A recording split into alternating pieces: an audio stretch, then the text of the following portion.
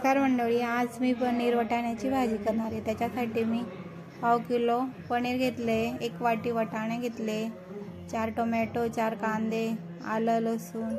आता मी त्याची पेस्ट करून घेणार आहे आणि पनीरचे तुकडे करून घेते आहे। कढई गरम करून घेतली, तेल टाकून घेतलं। तेल गरम झाले, आता आपण याच्यात जिरे टाकून घेऊ।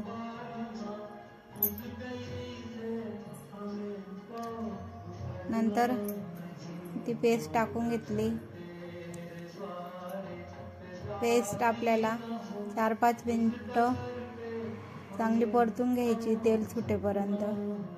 आता याच्यामध्ये मी पनीर मसाला, लाल चटणी आणि आपल्या घरातला साठवणीचा मसाला टाकला आहे। परतून घेतलं। आता मी त्याच्यात वाटाणे टाकून घेतले, कारण वाटाणे शिजायला उशीर लागेल म्हणून मी ते तेलात चांगलं परतून घेणार आहे। 4-5 मिनिटं परतून घेतले आपण।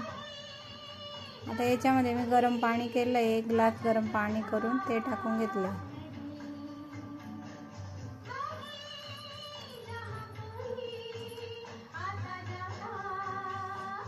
चवीनुसार मीठ टाकून घेऊ।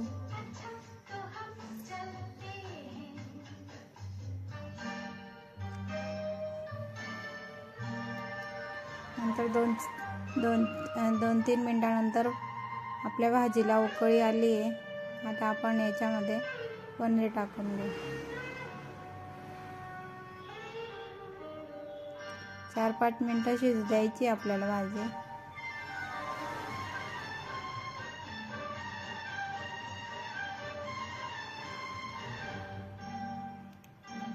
कोथिंबीर टाकून घेऊ।